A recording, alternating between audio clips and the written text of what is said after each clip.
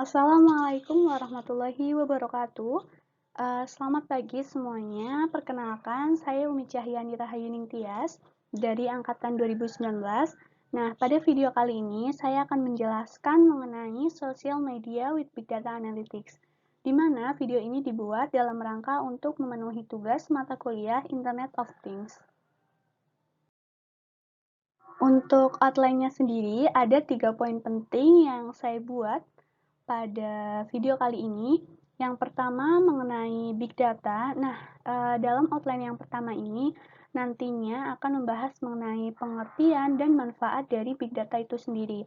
Kemudian yang kedua tentang karakteristik dari big data, dan yang terakhir mengenai teknologi analisis dan studi kasus. Oke, kita masuk ke outline yang pertama, about big data. Jadi, dalam Gartner IT Glossary, big data ini dikatakan sebagai high volume, high velocity, and/or high priority information asset that demand cost-effective, innovative form and information processing that enable insight, decision-making, and process automation. Maksudnya apa? Jadi di sini maksudnya big data ini dikatakan sebagai sebuah volume yang tinggi, kecepatan yang tinggi, dan atau juga varietas yang tinggi, di mana hal-hal tersebut merupakan aset informasi yang menuntut pemrosesan informasi yang bagaimana harus hemat biaya dan inovatif, kemudian juga meningkatkan wawasan, membuat keputusan, juga proses otomatisasi. Dari pengertian big data yang sudah dijelaskan tadi, terdapat 3 poin penting, atau sering disebut juga dengan 3V. Ada volume, velocity, dan variety. Nah, yang pertama volume. Volume di sini ini terkait dengan besaran data yang harus dikelola, di mana ukurannya sangat besar. Kenapa sangat besar? Karena dengan perkembangan zaman sekarang, teknologi yang semakin canggih, dan sosial media yang semakin banyak digunakan, data-data semakin mudah untuk didapatkan, sehingga nantinya big data ini bisa berukuran sampai sangat besar. Kemudian yang kedua, velocity. Velocity ini kecepatan pemrosesan data yang harus mengimbangi pesatnya pertumbuhan jumlah data, karena jumlah data ini berkembang dengan pesat seiring berjalannya waktu. Kemudian yang terakhir, variety atau karakteristik sumber data yang sangat beragam. Jadi setelah mengetahui apa sih pengertian dari big data, kita masuk ke apa saja manfaat dari sebuah big data. Sebenarnya manfaat dari big data ini banyak sekali dari sektor berbagai macam. Nah, di sini saya akan menjelaskan terkait dengan sektor-sektor tertentu yang saya ambil dari beberapa jurnal. Jadi yang pertama ada sektor bisnis. Nah, dalam sektor bisnis, big data ini bermanfaat untuk apa? Untuk meningkatkan citra perusahaan di mata pelanggan. Kemudian juga mengetahui tren pasar dan juga keinginan konsumen, dan tentunya untuk merencanakan suatu usaha nanti untuk kedepannya. Kemudian pada sektor layanan publik. Pada sektor ini, big data ini bermanfaat untuk membuat layanan terpadu, sehingga efektif dan efisien. Kemudian yang kedua, menentukan solusi atas permasalahan yang ada. Nah, yang terakhir ini juga hampir sama dengan pada sektor bisnis, di mana pada sektor layanan publik juga big data ini bermanfaat untuk mendapatkan feedback dan respon dari masyarakat. Nah, selanjutnya pada bidang perpustakaan, sebenarnya dalam bidang perpustakaan ini sangat banyak big data digunakan, apalagi dengan banyaknya jurnal saat ini dan buku-buku yang tentunya sangat bermanfaat bagi kita semua. Nah, dalam bidang perpustakaan ini, big data bermanfaat diantaranya data driven untuk pengambilan keputusan, kemudian standarisasi data dan pemodelan data, dan yang terakhir visualisasi data perpustakaan. Untuk selanjutnya, pemanfaatan big data pada sektor pendidikan. Nah, tidak dapat dielak lagi, pada sektor pendidikan, big data ini sangat bermanfaat, terutama terkait informasi-informasi pendidikan untuk saat ini dan di masa depan. Untuk apa? Untuk meningkatkan pandangan masa depan yang kaya akan informasi. Kemudian yang terakhir yang saya buat pada pemanfaatan Big Data ada pada sektor ekonomi. Pada sektor ekonomi, Big Data ini bermanfaat untuk mengumpulkan informasi terkait para nasabahnya, terutama ini terjadi atau dilakukan oleh beberapa bank yang ada di Indonesia. Kemudian juga dalam sektor ekonomi ini Big Data bermanfaat untuk mendukung kearifan lokal dan dalam pengembangan ekonomi syariah. Oke, selanjutnya outline yang kedua. Di sini akan membahas mengenai karakteristik dari Big Data. Nah, tadi dalam pengertian Big Data juga sudah dikatakan bahwa Big Data ini mengacu pada 3V. Ada volume, variety, dan velocity. Nah, 3V ini merupakan karakteristik dari Big Data. Namun ada juga yang menambahkan unsur V lainnya seperti veracity dan value. Nah, ini disebutkan oleh Chandrana, Pat, dan Vijaya tahun 2014.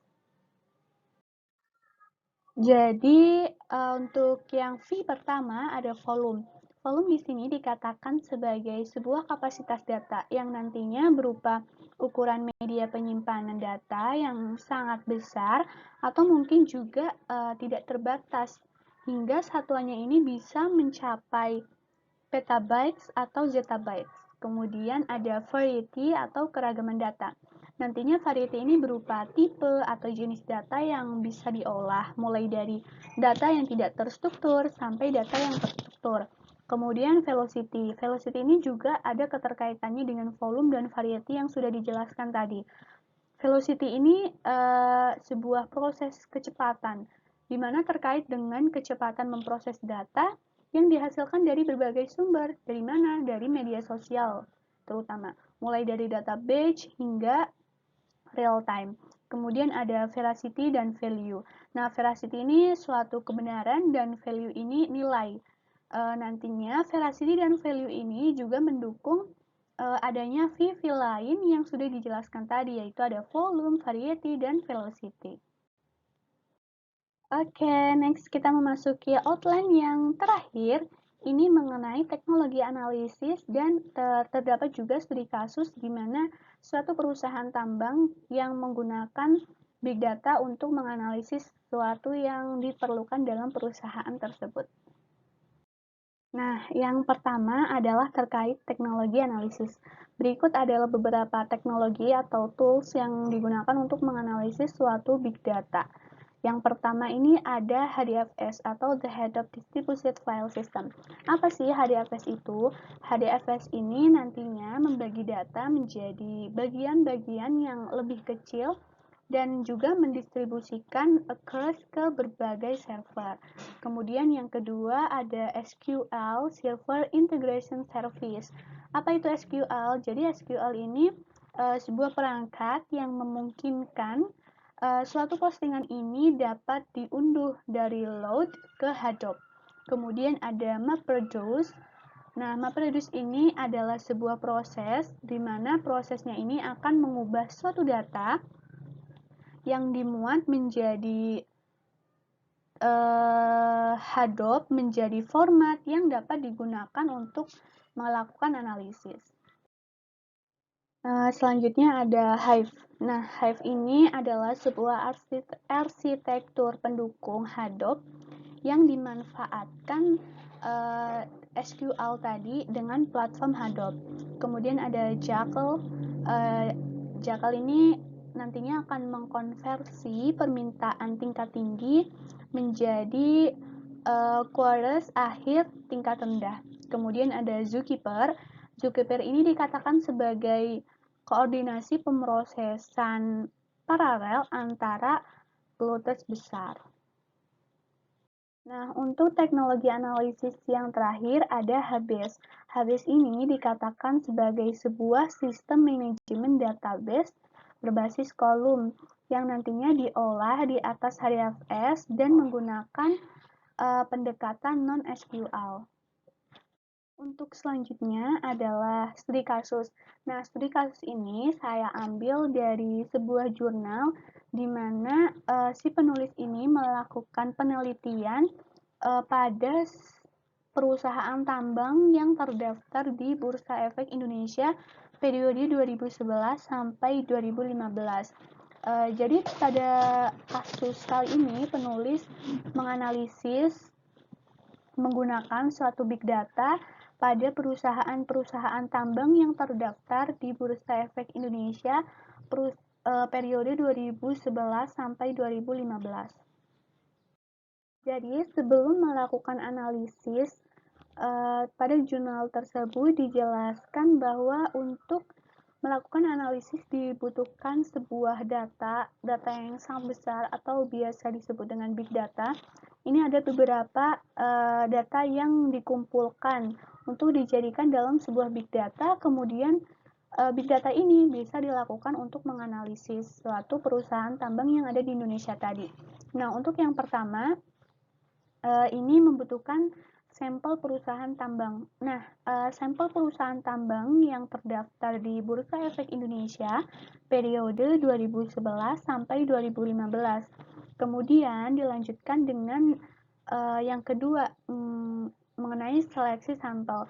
Karena banyaknya perusahaan tambang yang ada di Indonesia, kemudian diseleksi dengan metode purposive sampling sehingga didapatkan 12 nama perusahaan tambang. Kemudian yang ketiga, baru setelah kita mendapatkan sampel-sampel kemudian diseleksi, barulah big data ini kita analisis data statistik. Apa saja yang dianalisis? Ini ada analisis audit report like atau ARL, kemudian commit audit atau COMAU, kemudian size atau ukuran perusahaan, dan reputasi dari KAP. Kemudian yang terakhir, setelah dianalisis, baru disimpulkan dari hasil analisis yang telah dilakukan.